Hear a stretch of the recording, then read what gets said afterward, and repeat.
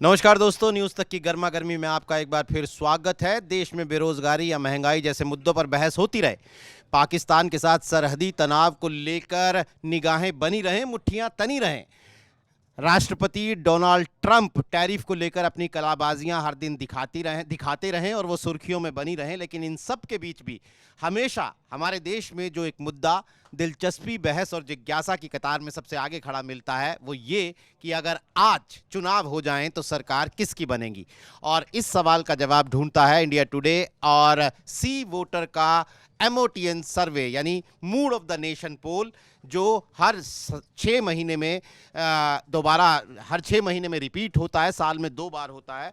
और इस साल अगस्त में ये एमओटीएन सर्वे, जुलाई और अगस्त के बीच में ये हुआ है और इसके आंकड़े हमारे सामने हैं। जो एनडीए सरकार, अगर आज चुनाव हो जाएं तो सरकार किसकी बनेगी, इस पर अपनी राय रख रहे हैं। देश का सबसे लोकप्रिय नेता कौन है, ऑपरेशन सिंदूर जैसे मुद्दों का सरकार को फायदा हुआ या नहीं हुआ, देश में सरकार को लेकर नाराजगी बढ़ी है या घटी है, बिहार चुनाव में क्या हो रहा है, इस तरह के मुद्दों को लेकर ये सर्वे बात कर रहा है। मैं आपको याद दिला दूं कि मूड ऑफ द नेशन पोल जो है वो लोकसभा चुनाव की पड़ताल करता है, यानी अगर आज देश में आम चुनाव हो जाएं तो क्या होगा। तो सर्वे कह रहा है कि एनडीए की सरकार दोबारा बनेगी, लेकिन ये तो मोटी बात है, इसके भीतर बहुत सारे आंकड़े हैं जिन पर हम चर्चा करेंगे। सबसे पहले संदीप जी, क्या कहते हैं आप? जी बिल्कुल, जो जनता का मूड है वो बिल्कुल सर्वे में बताया गया है। और जो प्रोपेगेंडा फैलाया जा रहा है कि मोदी डाउनफॉल कर रहे हैं, सरकार में पॉलिसीज़ दिक्कत कर रही हैं, विदेश नीति फेल हो रही है, डिफेंस नीति में गड़बड़ है, तो वो सब जनता ने नकार दिया है। और सीधा सीधा सर्वे बता रहा है कि 324 सीटें जो हैं एनडीए को मिलने जा रही हैं। लेकिन दूसरी तरफ अगर हम देखें इंडिया गठबंधन की, तो वहाँ उनको सीटों का लॉस बताया जा रहा है। मतलब जो 2024 में इंडिया गठबंधन को सीटें मिली थी उसमें कमी आई है। तो जाहिर सी बात है, इस सब का एक आकलन देखा जाए तो राहुल गांधी का जो एक गुब्बारा बनाया गया सोशल मीडिया पे, मीडिया में, अखबारों में, कि वो तेज़ी से उभर रहे हैं, लेकिन ऐसा कुछ धरातल पे जो ये सर्वे बता रहा है वो होता हुआ दिख नहीं रहा है। तो ये सर्वे का जो और इसमें जो सर्वे की जो सबसे खास बात जो मैं बताने वाला हूँ वो ये है कि 50% लोगों ने कहा है कि राहुल गांधी विपक्ष के नेता के तौर पर अच्छा काम कर रहे हैं। तो इसका मतलब सीधा सीधा यह है कि जनता ये चाहती है कि वो 2029 में भी विपक्ष में ही बैठे रहें। बाकी 50%? बाकी 50% मोदी के साथ। जी देखिए Neeraj ji, mood of the nation survey 2 बार होता है साल भर में। और जो संदीप जी कह रहे हैं वो तस्वीर का एक पहलू है। तस्वीर का जो दूसरा पहलू, और जब दोनों कहानी जोड़ेंगे वो फरवरी से आपको देखना पड़ेगा कि फरवरी में जब मूड ऑफ द नेशन हुआ तो उसमें एनडीए की 343 सीटें थीं जो अगस्त में आकर घट गई, 19 सीटों की घटोत्तरी हो गई है।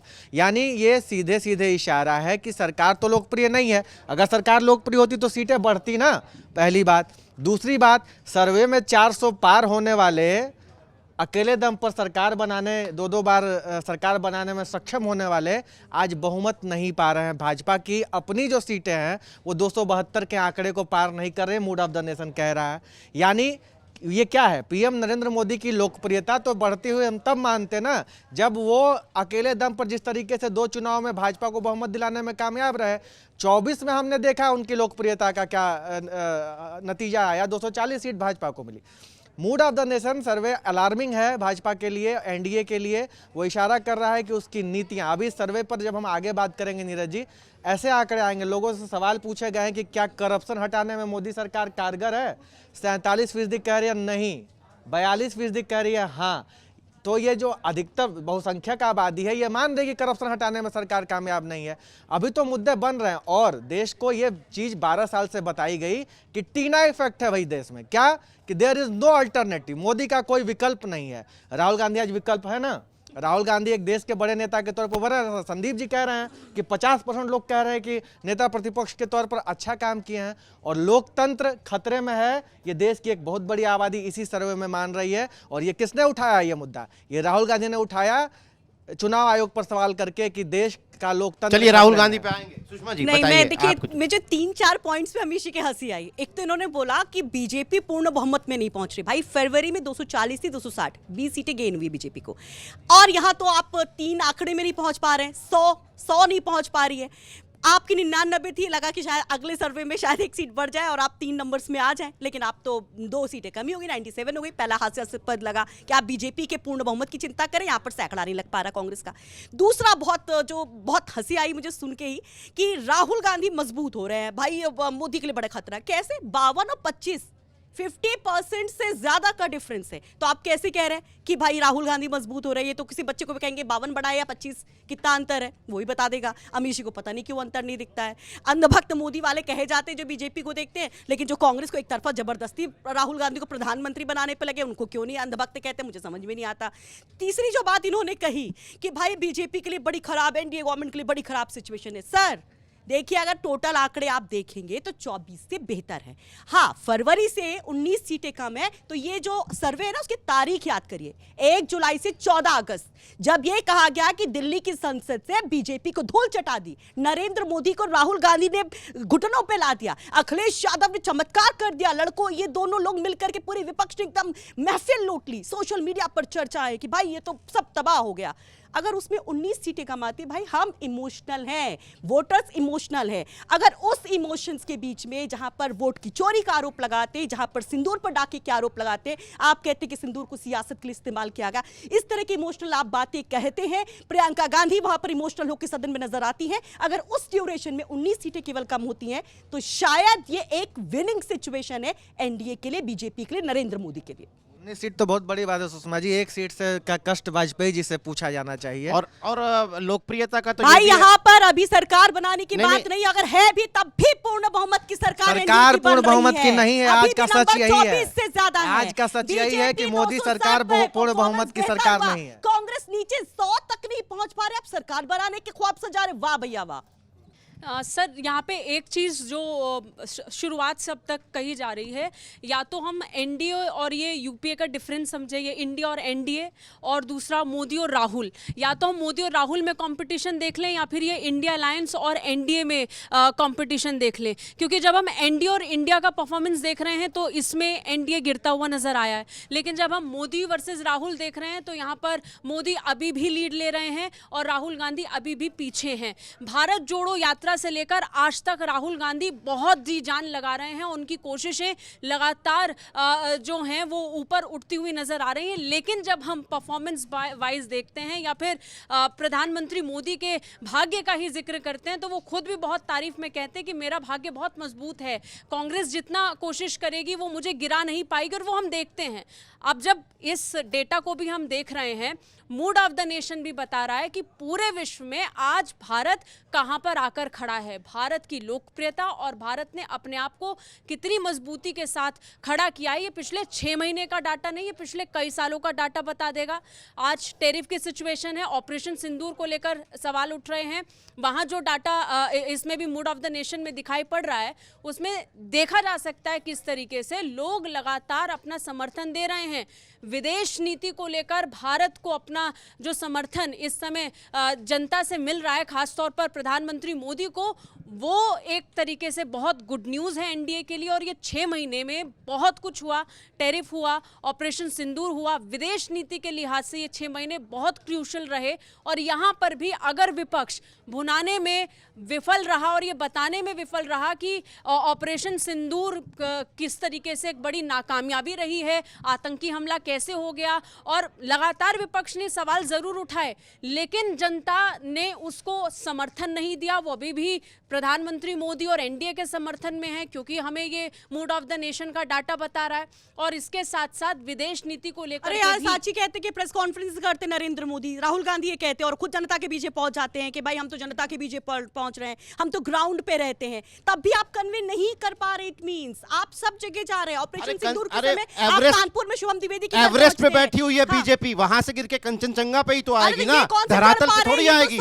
अरे जब ऑपरेशन सिंदूर के बाद बावजूद नाकामियां 19 सीटें बीजेपी गिर की रही हैं। हैं। अगर लाख नाकामियां कि ट्रंप के आगे घुटने टेक दिए, ट्रंप ने ये हाँ, करा तो दिया, 19 सीटें आपकी गिर तो गई ना। विश्व गुरु की छवि अरे कहाँ 19 गई, सीटें आपकी छोड़िए। सशक्त प्रशासक की छवि प्रदर्शन कहाँ गिर गई, गया ना। आपने वोट चोरी कर ली, सब कुछ कर ली, तो भी तो मोदी की लोकप्रियता में 0.3% का उसकी- इजाफा हुआ उसकी है। टक्कर में- राहुल गांधी की उसकी लोकप्रियता टक्कर में में ये हो रहा है कि 0.2% गिरा है। उसकी टक्कर में हो रहा है कि सीटें ट्रंप 20 को बढ़ी घुटने है, पे ला दिया, 240 से ट्रंप को 260 घुटने पे ला आई है। दिया, यहाँ पाकिस्तान पर को देखिए नेस्तनाबूद 20 कर सीटें दिया, बढ़ी है। हमारी क्या अर्थव्यवस्था दुनिया में फायदा? तीसरे नंबर पे आप पहुंचने कह वाली रहे है, हैं, आप इसके सवाल बावजूद उठा 19 रहे सीटें हैं, कम आप गिर रही हैं। जहन पर चोट नहीं कर पा रहे, तो आपके सवाल उठाने का कोई मतलब नहीं है। आप नंबर्स की अगर बात करेंगे तो कोई फर्क नहीं, क्योंकि वोट शेयर में 10 से मस नहीं हुई है बीजेपी और एनडीए। आप अरे, देखिए आंकड़ों को, देखिए बीजेपी को तो उड़ जाना कहां चाहिए से था आप ना। कुछ भी कहिए, आप नीरज जी सुषमा पांडे को कुछ भी कहते रहे, आप पांडे बोला तो बहुत लोग गाली देने भी आ जाएंगे मुझे यहाँ पर सुषमा- कि भाई ये मोदी की इसलिए सुषमा बात कर जी- रही है। सुषमा जी- लेकिन अगर सुषमा पांडे मजबूत हैं तो ना तो अमित जी सवाल उठा के कुछ कर पाएंगे, ना संदीप जी कर पाएंगे, कोई नहीं कर पाएगा। वोट परसेंटेज तो BJP कांग्रेस का भी स्टेबल है। तो आप- बस तो आप कहां से कह रहे हैं कि अरे, बीजेपी की परफॉर्मेंस गिर रही है, वोट इंडिया की परसेंटेज परफॉर्मेंस गिर रही है, कांग्रेस का कहां से स्टेबल है कह रहे हैं? 2014 तो से। कैसे गिर रही है? आप कैसे कह रहे हैं बीजेपी तो गिर कैसे वो रही है? नेस्तनाबूद होती बीजेपी जा रही कहां है से गिर रही स्टेबल है? वोट के साथ? सुषमा जी हाँ।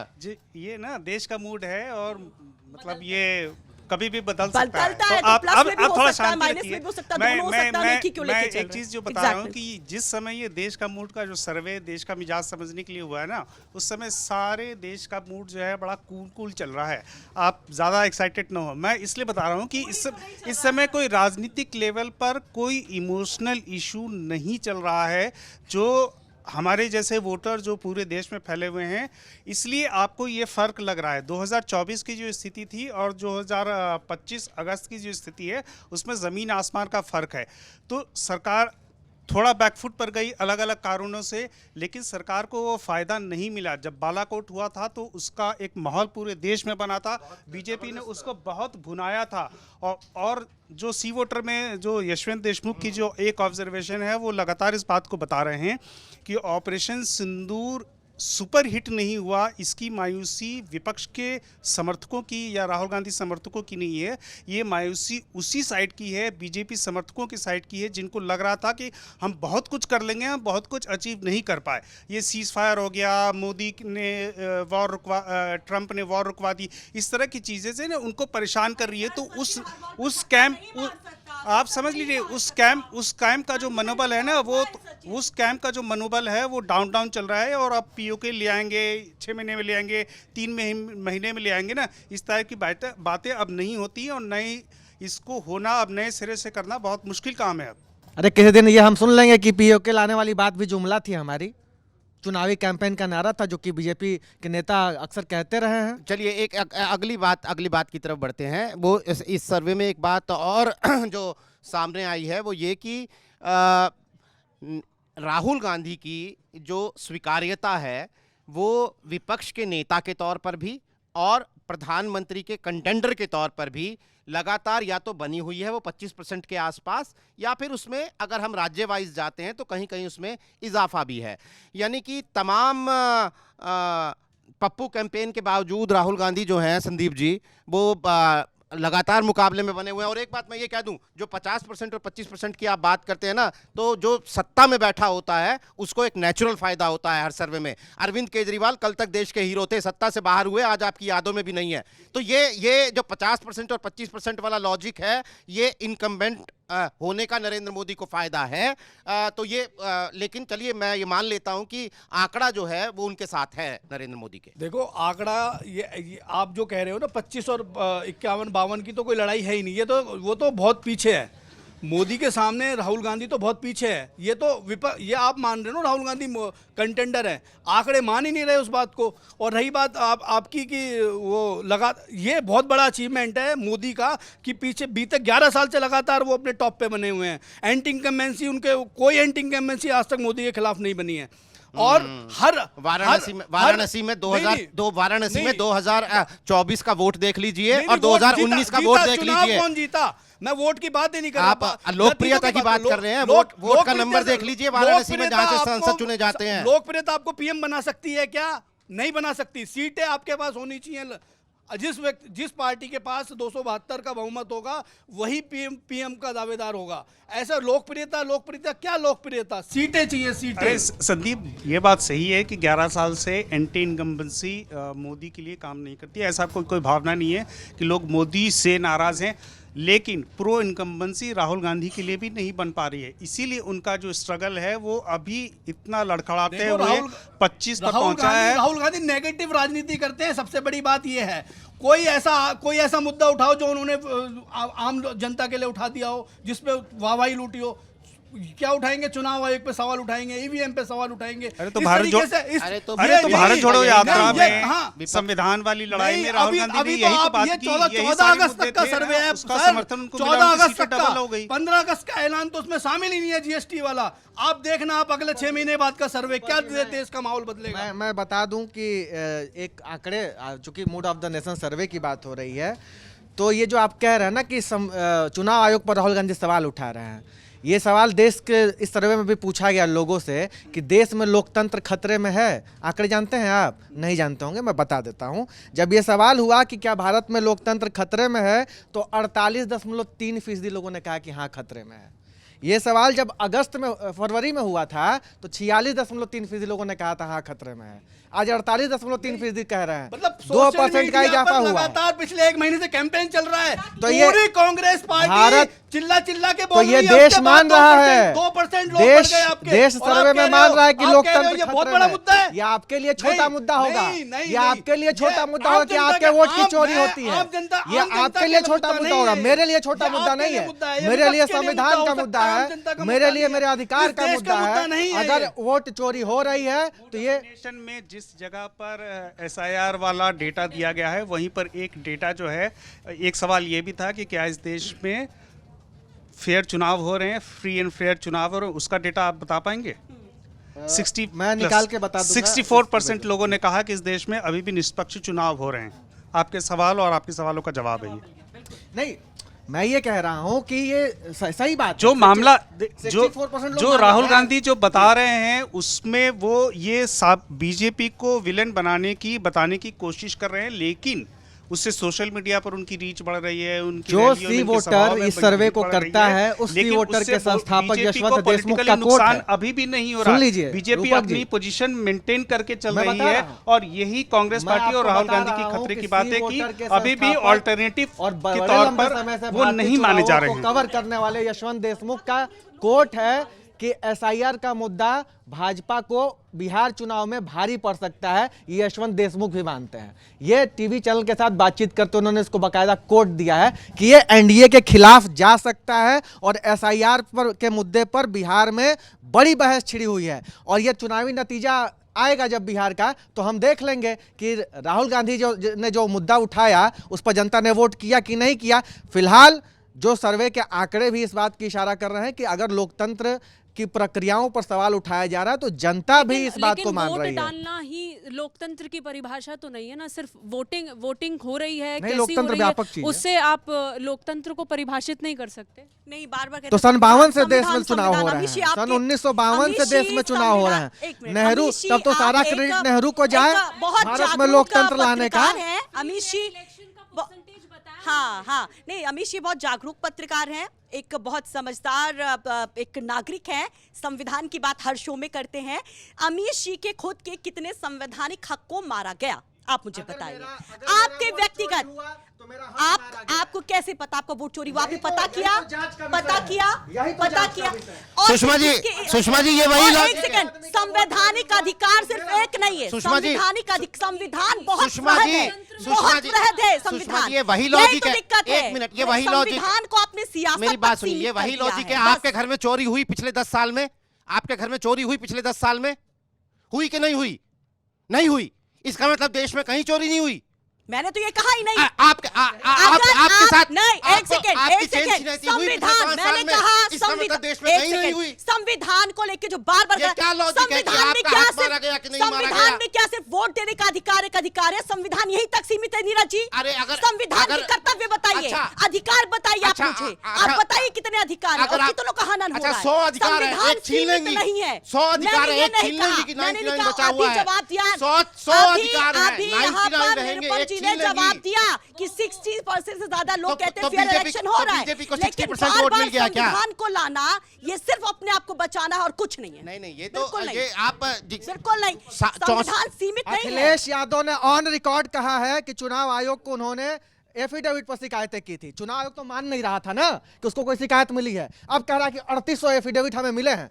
2022 के चुनाव की शिकायत पर चुनाव आयोग डीएम से उत्तर प्रदेश में अब जाके जवाब दिलवा रहा है। ये कैंपेन का असर है सुषमा जी। और आपको एक अधिकार आपको मैं ये कह रही अच्छा हूँ नहीं कि ये लगता है तो ना कैंपेन- लगे ना। मैंने ये हम कहा ही अपने नहीं, संवैधानिक मैंने अधिकार कहा को लेकर बार-बार जागरूक हैं। संविधान की आप और जिन बात अधिकारों करते की हैं, बात कर रही ये हैं, सिर्फ संविधान के चुनाव वही अनुच्छेद संविधान 14 की से याद लेकर आती है। 35 तक बिहार जाके में पढ़ चुनाव लीजिए। है तो संविधान याद आया। मैं जीके उत्तर का क्लास प्रदेश में चलाने चुनाव नहीं है तो बैठा हूं यहाँ संविधान ना। याद आया। लोकसभा जीके की क्लास कैसे नहीं, आप जनता को गुमराह करेंगे? हमारा जो- संविधान मर गया, संविधान खत्म कर दिया, संविधान की हत्या कर दी। अरे संविधान कौन, ये भी तो बता दीजिए अरे, जरा। सुषमा जी, कहा कितना फिर- बड़ा फिर संविधान, ये- ये भी तो बताइए जरा। एक मिनट ये आप ऐसा लॉजिक दे रही हैं कि मेरी उंगली कोई काट ले और आप कहें अरे इतना बड़ा शरीर है यार तुम्हारा, तुम्हारी एक उंगली किसी ने काट ली और तुम चिल्ला रहे हो कि मेरे को चोट लगी। क्या बात कर रही हैं आप? क्या बात कर रही हैं आप? उसको मैंने आप- आगे बढ़ाया, आप इतना बड़ा बार-बार शरीर कोट कर है, रही एक हूँ। उंगली काट मैं लेगा कोई, बार-बार कोट कर एक रही हूँ कि अधिकार का क्या अगर मतलब होता है? मैं बार-बार कोट कर रही हूँ कि यहाँ पर बताया गया कि फेयर इलेक्शन को लेकर जनता क्या सोचती है। 64% वोट बीजेपी को मिल गया है क्या? 60% से ज्यादा तो लोग यहाँ पर 60% ये वोट सोच रहे हैं। बीजेपी को मिल तो रहा है क्या? नहीं मिल रहा, लेकिन तो नहीं, फिर? क्योंकि फेयर है, जरूरी थोड़ी ना कि जो फेयर होगा वो बीजेपी को ही वोट करके आएगा, वो कांग्रेस का भी तो वोट देगा। वो यही तो फेयरनेस है, यही तो फेयरनेस है, यही पारदर्शिता चुनाव- है कि जो बीजेपी एक के मिनट। अरे भाई हम मैं राहुल ये गांधी वोट चोरी- मैंने सुषमा जी, नीचे सुषमा जी। तो मैंने कहा कि हम उसमें- चुनाव अरे आयोग आप तो राहुल बात गुमराह गांधी कर रहे हैं, आप संविधान राहुल वाली गांधी बन चर्चा रहे हैं। आप राहुल पिछले गांधी कई बन शोज रहे हैं। पिछले मैंने कई कहा शोज में कि हम इसी यही सर्वे में चर्चा कहा कर चुके गया हैं। है। अरे आप वही जो- बन रहे हैं, आप बात ही जो कह रही हो आप उसकी पूंछ पकड़ रहे, मैं कह रही हूँ। अच्छा एक मिनट आपने सुनिए तो बोला आप कि जो कह fair रही election हो रहा है। हम ये लोग कह राहुल रहे गांधी हैं। और संविधान की चर्चा और वोट चोरी की चर्चा इसी हाँ। शो में पिछले कई एपिसोड्स में कर रहे हैं। अभी जो नीरज ने जिस बात को लेकर डिबेट शुरू की कि क्या 2000 अभी का देश का मूड है, अभी देश में चुनाव हुए तो क्या होगा और क्या 2029 में नरेंद्र मोदी फिर से इसको प्रधानमंत्री wind up करते बनेंगे या राहुल गांधी प्रधानमंत्री बनने की स्थिति में होंगे? हमारा बस- मुद्दा तो यही है ना। बस ये इसको वाइंड अप करते हैं। Take away Sandeep, final take away क्या है आपका आज एमओटीएन सर्वे के आधार पे? आपका फाइनल टेक अवे क्या है आज देश में? आप क्या देख रहे हैं स्थिति एनडीए वर्सेस इंडिया? देखो एनडीए के साथ पूरा देश खड़ा है, मोदी के साथ कंधे से कंधा मिला के खड़े हैं। ऑपरेशन सिंदूर जैसे जो मामले विपक्ष ने उठाए थे वो सब फेल साबित हुए हैं। ट्रंप के साथ खड़े होने वाले राहुल गांधी को भी जवाब दे दिया है देश की जनता ने कि जो भी विदेश नीति पर सवाल उठाने वालों को जवाब मिल गया है, डिफेंस नीति पर सवाल उठाने को जवाब मिल गया है। एमओटीएन सर्वे ने सीधा सीधा बता दिया है कि देश की जनता पीएम के माने साथ बॉटम लाइन कंधे से ये कंधा कि लड़ा के एनडीए के खड़ी हुई लिए है। एनडीए के लिए मौसम गुलाबी है। जी बिल्कुल बिल्कुल गुलाबी मौसम है और 2029 में पीएम मोदी की वापसी की तैयारी की ओर इशारा कर दिया है इस सर्वे ने। नीरज जी देखिए जैसे दिल्ली एनसीआर और पूरे देश भर में बारिश का प्रकोप है, बादल छाए हुए हैं। ये सर्वे यही इशारा कर रहा है कि बादल छा रहे हैं एनडीए पर। बादल ऐसे छा रहे हैं कि फरवरी से जब हमने मूड ऑफ द नेशन कराया था और जब हम अगस्त में मूड ऑफ द नेशन करा रहे हैं, एनडीए की सीटें 19 घट गई हैं, पहली बात।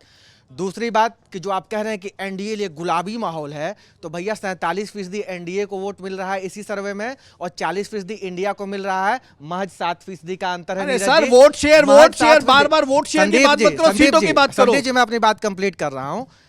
भारत में first post the pass system है, जो 51 वोट पा जाता है वही जीतता घोषित किया था, ये हम जानते हैं। लेकिन ये जो महज 7% का अंतर है ये पहले नहीं था। 2014-2019 में बीजेपी ह्यूज मार्जिन पर खड़ी थी, विपक्ष उसको बराबरी की लड़ाई पर लेकर आया है। और तीसरी सबसे महत्वपूर्ण बात, राहुल गांधी जिन मुद्दों को उठा रहे हैं, देश का जब हमने मूड जानने की कोशिश की तो वो मुद्दे इको कर रहे हैं। और सबसे बड़ा जो मुद्दा कौन सा इको कर रहा है कि क्या देश में लोकतांत्रिक प्रक्रिया, क्या देश का लोकतंत्र खतरे में है? 48% के करीब आबादी इस बात को मान रही है कि देश का लोकतंत्र खतरे में है। तो सुषमा जी अब ये कह रहे हैं कि घनघोर बादल छाए हैं, घटाएं छाई हैं। अब यहाँ तो बीजेपी को डर लगेगा, एनडीए को डर लगेगा। मैं अभी भी कह रही हूँ कि बहुत समझदारी के साथ ये जो आप सर्वे देखेंगे तो यहाँ पर ऐसी कोई सिचुएशन नजर नहीं आती है जिसमें बीजेपी खतरे में या एनडीए खतरे में दिखे।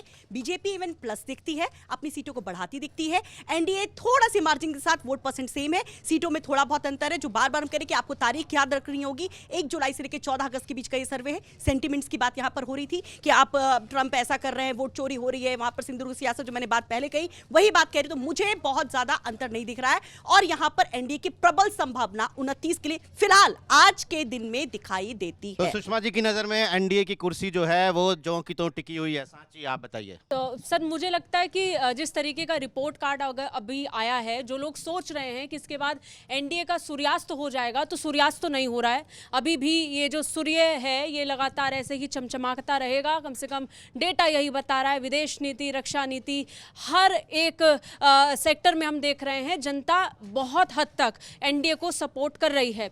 हालांकि यहाँ से अगर पिछले बार के रिपोर्ट से कंपैरिजन करते हैं तो यहाँ अभी और मेहनत निश्चित तौर पर इंडिया ब्लॉक को भी करनी पड़ेगी और राहुल गांधी के लिए तो चुनौतियां भी बहुत बड़ी रहेंगी, क्योंकि बिहार के चुनाव से बहुत चीजें क्लियर भी होंगी। सांची, हाँ। बिल्कुल आपने सही कहा। और एसआईआर का भी बार बार जब जिक्र हो रहा है तो वो भी देखना होगा कि इस वाले चुनाव में, बिहार चुनाव में ये कितना बड़ा फैक्टर बनता है।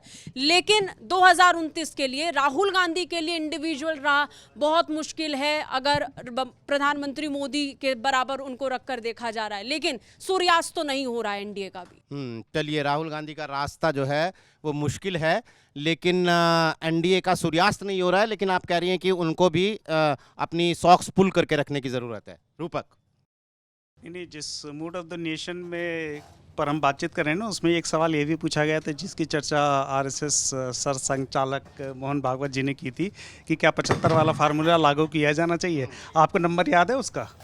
बात करीब, अगर मुझे ठीक ठीक याद है तो 72% लोगों ने कहा था कि 75 का फार्मूला जो है वो लागू होना चाहिए। तो 2029 तक ये जो दिलचस्प और बड़ी रोचक फाइट जो चल रही है मोदी वर्सेस राहुल की मीडिया में और सब जगह, तो ये फाइट रहेगी कि नहीं, कि पहली बात तो ये है।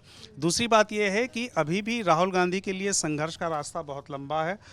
हम 2000 मतलब लोकसभा चुनाव जून में ख़त्म हुए पिछले साल और अभी अगस्त है। वापस उनको एक यात्रा पर निकलना पड़ा कि वहाँ ऐसा मतलब महाराष्ट्र और हरियाणा में उन्होंने नहीं किया और उसका नेगेटिव रिजल्ट किया। अगर उम्मीद की जा रही है कि बिहार में कोई पॉजिटिव रिजल्ट जाएगा तो उसका क्रेडिट राहुल गांधी की यात्रा को जाएगा। तो जो स्थिति बन रही है, बीजेपी अपनी पोजीशन को कंसोलिडेट कर रही है, मोदी घट नहीं रहे हैं, बीजेपी ने भी अपनी पोजीशन मोटे तौर पर मेंटेन करके रखी है।